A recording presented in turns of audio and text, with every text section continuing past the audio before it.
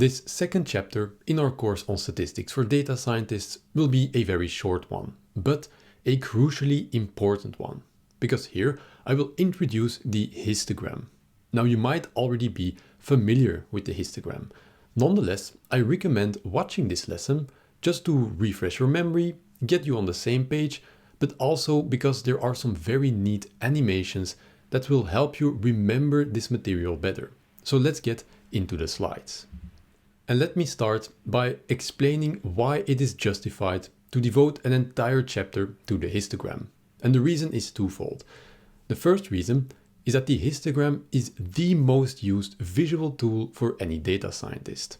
And therefore it is worthwhile to know where it comes from, how it is built, and what it actually represents.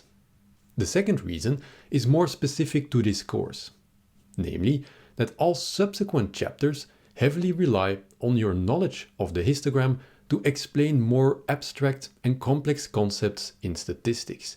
And by doing so, you will get a more intuitive understanding of these concepts. Now that we understand the importance of the histogram, let's look at what it actually represents. In a nutshell, the histogram is a visualization of your data distribution. And the distribution of your data, in turn, answers the question, how many times do I observe data in this specific range? Now this might sound abstract, but be sure that it will be much more clear once we start building our own histograms. Now once we have our histogram, what can we actually get from it? Well, the first use case is a very practical one. By simply looking at the shape of our histogram, we can derive some general properties of our distribution. Let's take this histogram as an example. We see that all of our values lie between the value 0 and the value 5. However, most of our values are clustered around the value 1. And we can also observe immediately that our data is skewed to one side. What does this mean? Well, it means that even though our data lies between 0 and 5, the vast majority of our data lies between 0 and 2. And these are all qualitative properties of our data distribution, which we can derive by simply looking at the shape of our histogram. Now, the second use case, which I talked about earlier, is that the histogram can serve as a building block for more complex concepts in statistics. For instance, the p-value, which is oftentimes considered a very abstract concept, can be made very visual and thus intuitive with knowledge on the histogram. So now that we roughly know what the histogram is and what we can do with it, let's learn how to actually make a histogram. How do we actually get this histogram from our own data set? Now, to build a histogram, in general, we go through 4 steps. The first step is to collect data. The second step is to make data bins. The third step is to assign each data point to its corresponding bin. And then the fourth step is simply to stack blocks. Now, to make these 4 steps more concrete, we will go through them step by step in an example. And for this example, I made an animation that is available to you to download as a separate file. So let's dive into it. The first step is to collect data. In our case, each data point corresponds to a person's height written down in centimeters. Step number 2 is to make data bins. Now, a data bin is basically a small data interval with a lower and an upper bound.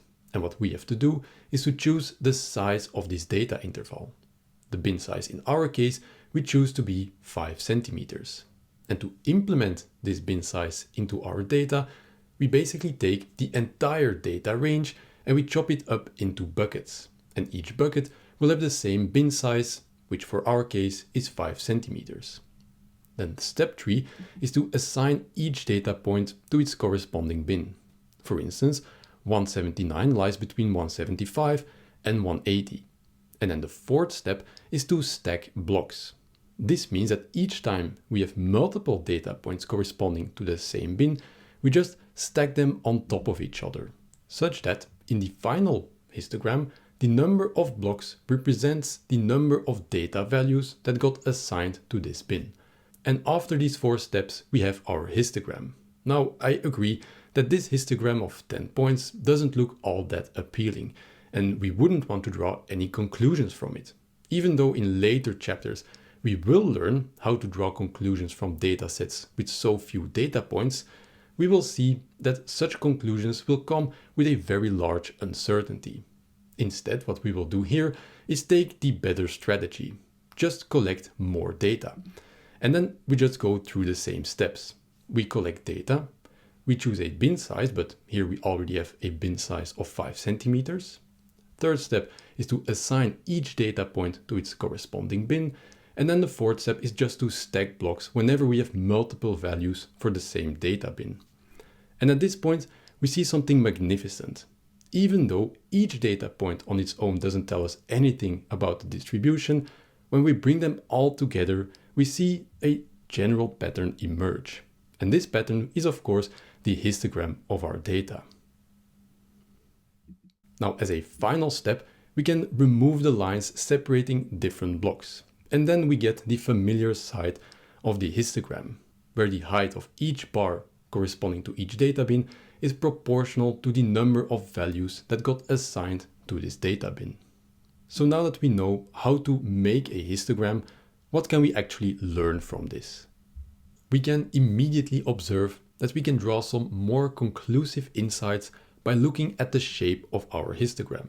For instance, in our example, the bin from 180 to 185 clearly has the most data points assigned to it.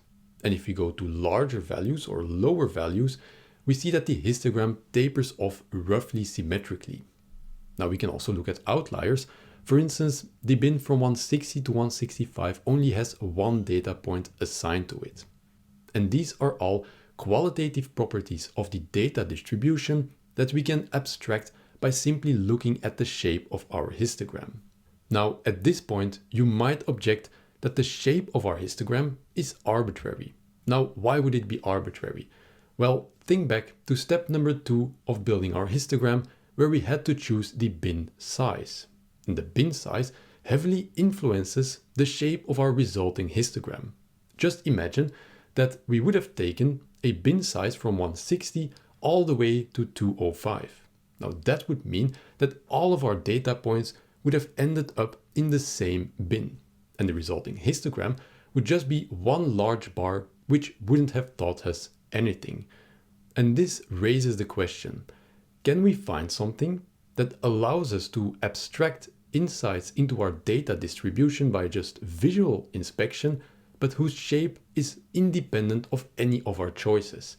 And this brings us to the probability density function, which will be the topic of next lesson.